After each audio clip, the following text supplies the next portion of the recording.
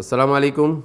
Good morning, my dear students of first year MBBS, Bosundara Addin Medical College. I am Professor Dr. ABM Omar Farooq, Professor and Head, Department of Anatomy, Bosundara Addin Medical College. Now, today we are going to discuss about digestive system or alimentary system. Digestive system has two parts, digestive tract and digestive gland.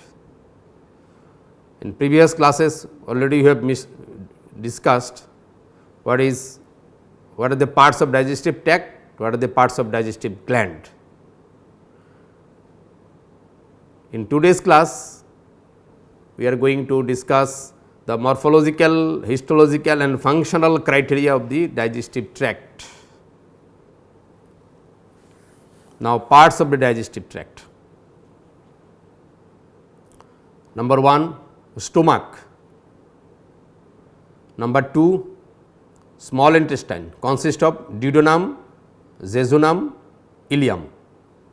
Number 3, large intestine. Large intestine consists of cecum with vermiform appendix, ascending colon, right colic flexure, transverse colon, left colic flexure, descending colon, sigmoid colon, rectum and anal canal. Now, come to the stomach.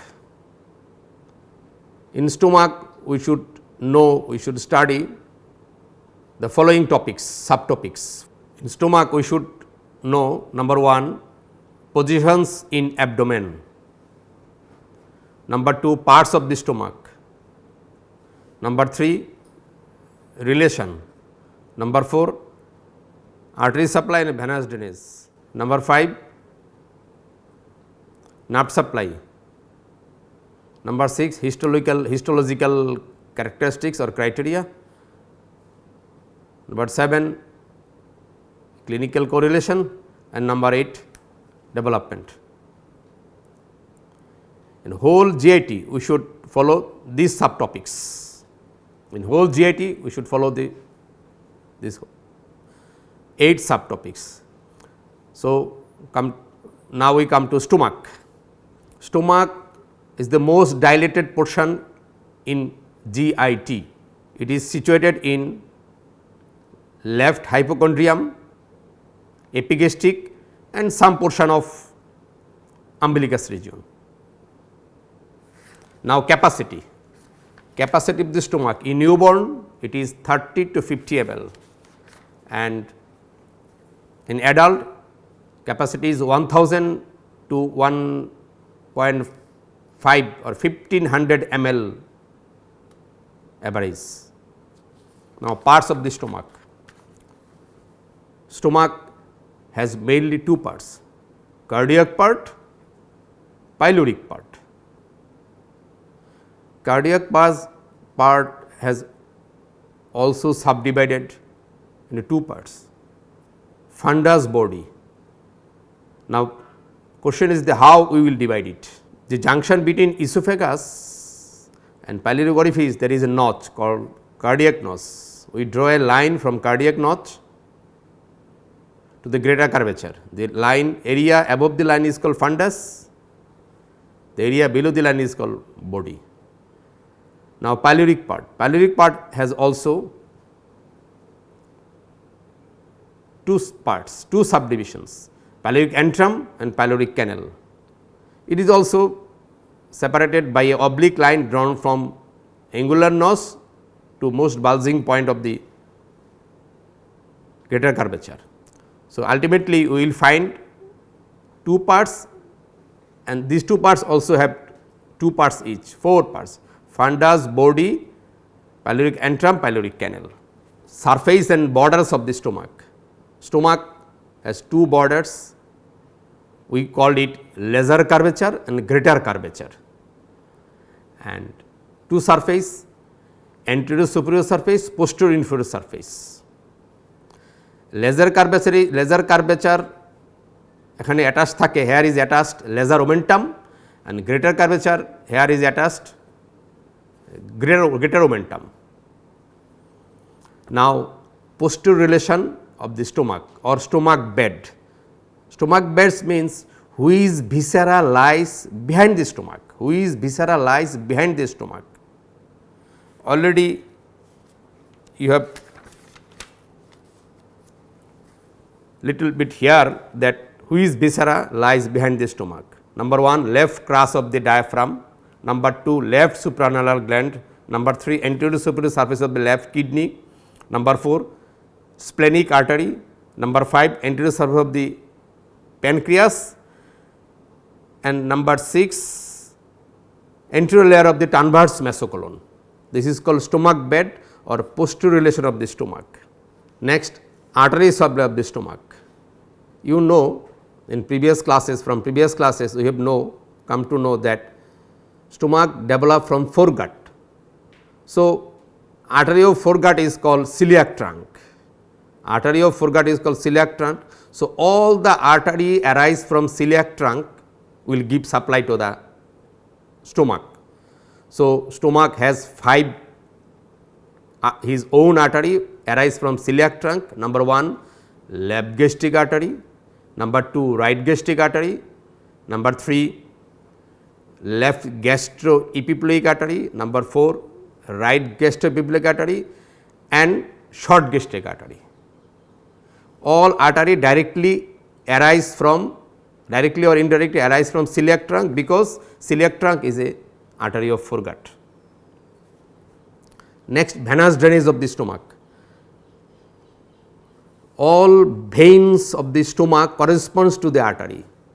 Like, it is easy for you that left gastric artery correspond left gastric vein, right gastric artery corresponding right gastric vein. So, all veins corresponds to the artery and directly or indirectly they terminate into portal vein.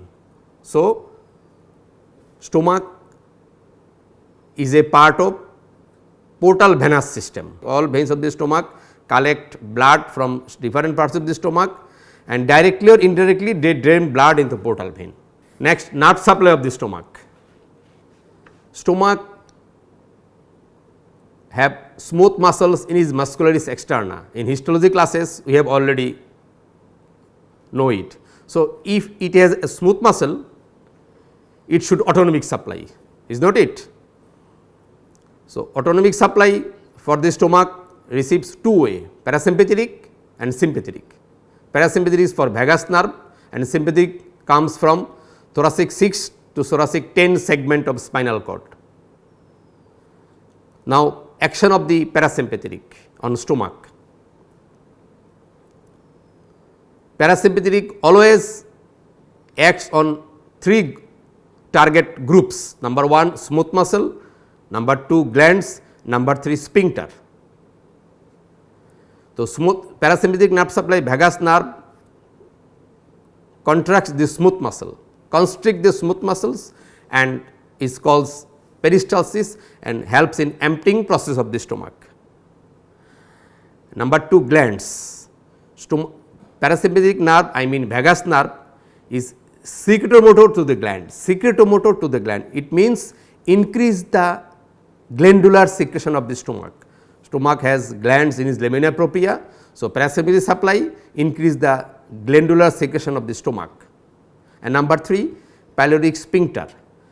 Parasympathetic supply relax the sphincter and make the large opening of the pyloric orifice and helps the food come to the duodenum from the stomach. So, in short, the parasympathetic nerve is smooth muscle contraction, increase gastric gland secretion and number 3, relaxation of the pyloric sphincter. Okay. Do you follow me? So, sympathetic is the reverse of the parasympathetic, sympathetic is the reverse of the parasympathetic. Then next topics, subtopics is histological pattern of stomach, histological pattern or histological criteria of the stomach. Basically, whole the GIT bear the same histological pattern. There are some exceptions, but whole the GIT possess same histological pattern. Now, I am going to give an idea in brief the histological pattern of stomach, I mean histological pattern of GIT. Stomach histologically consists of 4 layers from inwards to outwards: mucosa, submucosa, muscularis externa, and then serosa. Some authors say mucus layer, submucous layer, muscular coat and serous layer. So, now mucosa. Mucosa has 3 sublayers: surface epithelium, lamina propria, muscularis mucosa. You should know what is the surface epithelium. Surface epithelium is the whole GIT, I mean lining epithelium, whole GIT is lined by simple columnar epithelium. Whole GIT is lined by simple columnar epithelium. Then lamina propria. Lamina propria consists of, but it is full of glands of the GIT. Glands of the GIT, main elements of the glands, all glands are present in lamina propria. Then muscularis mucosa, thin amount, small amounts of smooth muscle present in mucosa, which is called muscularis mucosa. So, you have noticed that I have mentioned in 2 places muscle, muscularis mucosa and muscularis externa. You should remember muscularis mucosa is a thin amount of muscle present in mucus layer. On the other hand, muscularis externa is a large abundant coat of muscle, smooth muscle present in another layer. This is the 3rd layer. Next, submucosa. Submucosa consists of loose connective tissue cells, and there is a nerve plexus. There are 2 types of nerve plexus in nervous system, we will study it. Enteric, they are called enteric nervous system.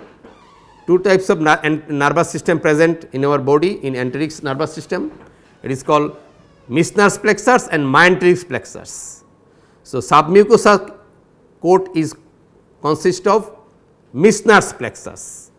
Meissner's plexus, there is a nerve plexus. In neuroanatomy class I will discuss about this, but now you should know the submucous coat is consist of present Meissner's plexus. Then muscular coat or muscularis externa, this is the large huge coat consists of smooth muscle in different direction. In stomach it is 3 direction: outer, longitudinal, middle circular, inner oblique. Outer, longitudinal, middle circular, inner oblique. Then in other parts of the stomach, other parts of the GIT, there is a variation. There is 2 different directions consist of smooth muscle. And then serosa. Serosa is a purely peritoneum, I mean visceral peritoneum. So, serosa is a one kind of visceral peritoneum. Next, clinical correlation. Stomach is prone to gastric ulcer. Most common site for the ulcer of the stomach is along the lesser curvature and pylorus of the stomach. You should know, examiner may ask you what is the common site for the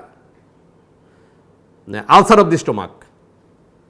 You should say, sir, along the lesser curvature and pylorus of the stomach. Last topics for the stomach for today's class: development of the stomach.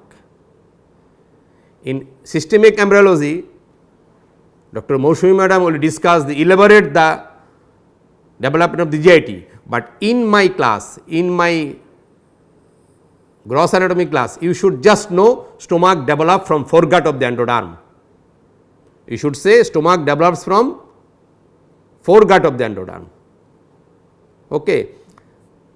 This is the summary and gist about the first dilated portion of the GIT, I mean stomach. I hope you have enjoyed my class. and summarize the all information. Any question to me? My dear students, any question, any query? Please note it and I will discuss in next class if you any query about my class. Be safe and I hope I will meet you in the next class. Thank you. Assalamu alaikum.